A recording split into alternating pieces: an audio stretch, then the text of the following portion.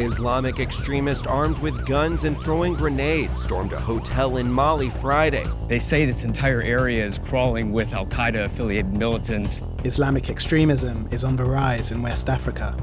There were more than 200 terrorist attacks by groups aligned with al-Qaeda or the Islamic State, as jihadist groups are digging in deeper in their most promising home outside of the Middle East. For years, Mali has been battling jihadists linked to al-Qaeda and ISIS with the support of French troops. Once again, terrorists want to make their barbaric presence felt everywhere, where they can kill, where they can massacre. However, a 2020 military coup and another a year later prompted a diplomatic fallout. And in February, France announced it was withdrawing its forces. Nous ne pouvons pas rester engagés militairement aux côtés d'autorités de fait dont nous ne partageons ni la stratégie ni les objectifs cachés. As relations soured, Mali looked to one of the world's most notorious mercenary groups to fill the void. Wagner. They're mostly ex-military, working for a notorious private military company which has close ties to Putin and his allies. It's the latest African country to turn to Russian mercenaries, as Moscow capitalizes on weak governments and military coups to further its ambitions on the continent. Russia has quickly become a power broker in Africa. But many fear the consequences for countries already struggling with violence and corruption. Russian mercenaries in the Central African Republic facing multiple allegations of war crimes, including torture, rape, and murder. There's no accountability, there's no contracts, they can do whatever they want. Every place that Russian mercenaries have gone, we've seen more instability, not less. They have no interest in peace. By definition, they want the conflict to continue. So how is Moscow exploiting chaos to expand its influence in Africa? And are Russian mercenaries providing the security they promise, or only fueling bloodshed in countries desperate for peace? Мы продолжаем свою работу. Собаки лают, караван идет.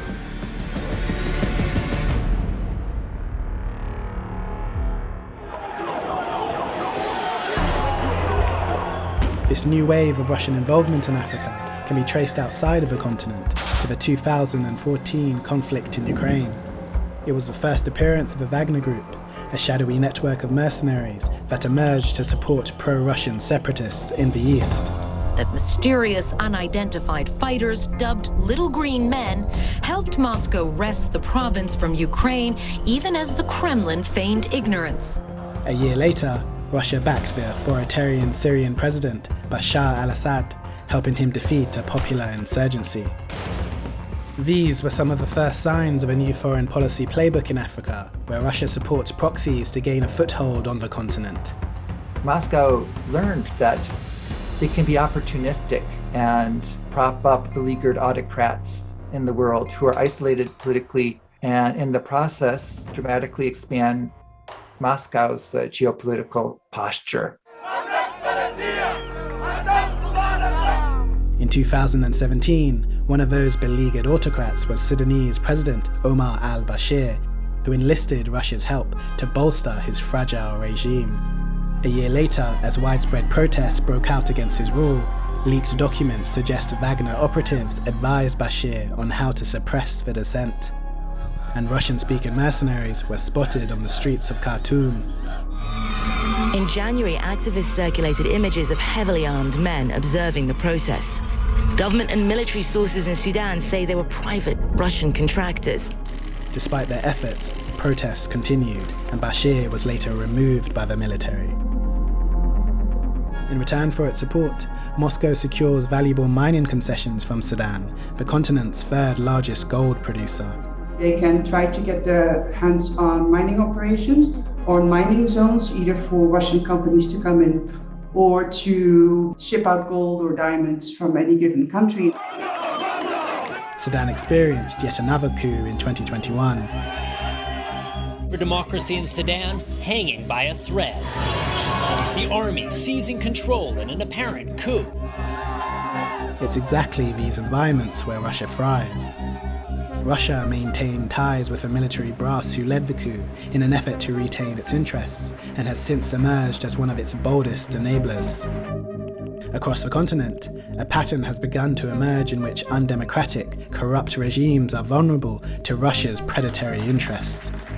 When they cannot look to the West for assistance, they will find someone who's not Western, who's willing to offer them something. And more often than not, Russia has been that someone. Now, it's countries in the Sahel, like Mali, that are in the Kremlin sights. For years, the region has battled a jihadist insurgency. ISIS-linked groups in this region have increased their activity, and the continent seems increasingly important to ISIS since the fall of its caliphate in Syria. Former colonial power France has helped provide security, deploying thousands of troops to the region. But these efforts have failed to stem the violence. Français bakase français gono igo bore me idiro banda iro wakang iro bade iro dogana de nirgapa.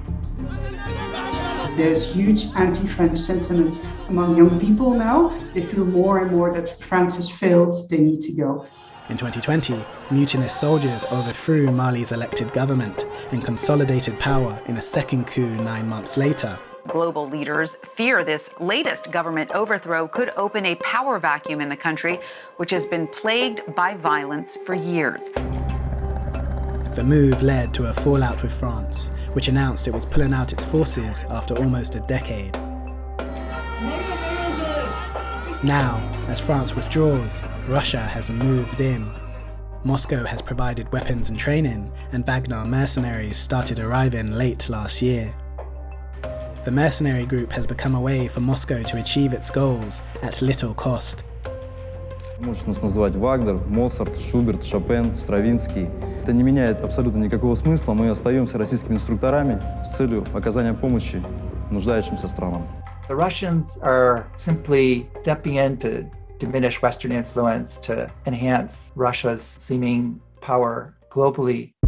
This strategy works for the Kremlin, which officially denies any connection to the group. Мы не имеем отношения к деятельности каких-либо таких структур, которые созданы гражданами России. The use of proxy actors like the Wagner Group gives Russia plausible deniability, so they get to be involved in an armed conflict without being an actual party to the armed conflict. Politically, it looks good in the sense that you don't have your own members of the armed forces coming back in body bags. But for the countries it operates in, Wagner often comes with a heavy price. In Mali, mercenaries are accused of assisting in a massacre that killed 300 people in March 2022.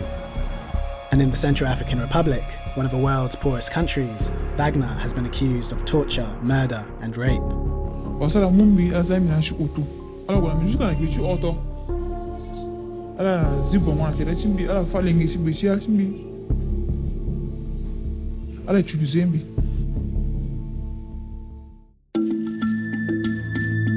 But despite numerous reported incidents, the opaque nature of Wagner makes it near impossible to hold those responsible to account.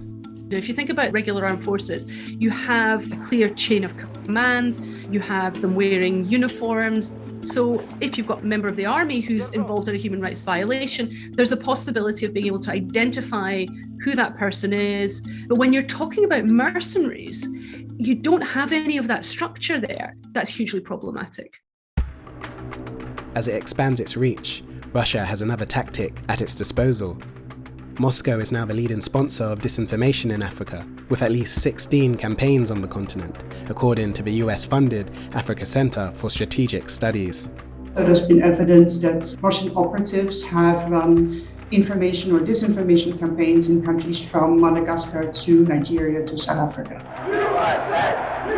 When it comes to meddling with democracy, the Kremlin has a long track record. In 2016, Russia used cyber attacks and disinformation campaigns to manipulate the US election. The FBI, the CIA, and the NSA states that Vladimir Putin personally ordered a cyber and social media campaign to disrupt the recent US presidential election. 2 years later, Russia brought this new brand of election interference to Madagascar. Russian operatives bribed candidates to drop out the race, created newspapers to spread disinformation, and paid young people to attend rallies. was a strategic meddling and strategic influencing of almost all candidates and see how they could basically rig the election in somebody's favor. Elsewhere on the continent, pro-Russian propaganda takes many different forms. If you look at Central African Republic, you'll see billboards, there are statues praising Wagner. Last year, thousands of Central Africans gathered at a stadium for the premiere of a film starring Russian paramilitaries. In this recent movie, Tourist, funded by a company associated with the Russian mercenaries, they are lauded as heroic defenders who have liberated Central Africa. It's created a very pro-Russian impression and the role that Russia is somehow playing the savior in these countries. These tactics sow doubt in the democratic process, causing more instability. For Russia, there is no such thing as having honest versus, disingenuous information. All kinds of information can be used as a weapon of war. Russia's invasion of Ukraine earlier this year has had far-reaching global ramifications. For Moscow, gaining new allies and winning the information war against the West is more important than ever. Russia's desire to receive international support for its action in Ukraine forced Russia to find alternative trading and diplomatic partners, and Africa was the next stop. And its efforts are working. In March, when the UN voted to reprimand Russia for invading Ukraine, many African countries chose neutrality. Almost half of the countries who chose to abstain from condemning the Kremlin's actions at the UN General Assembly meeting earlier this month are in Africa. Competing against other superpowers, such as the US and China, Russia is eager to prove it has a place not just in Africa, but on the global stage. Africa, for them, seems to be a very convenient podium to make new friends and to show that it counts in the world. It's not just France, it's not just the West, but Russia is here also. At the first Russia-Africa summit in 2019, President Vladimir Putin made it clear that Africa was a foreign policy priority. Our cooperation, which goes back to the period of joint fight against colonialism, is of strategic and long-term nature. But it is African citizens who have the most to lose in Moscow's geopolitical gambit.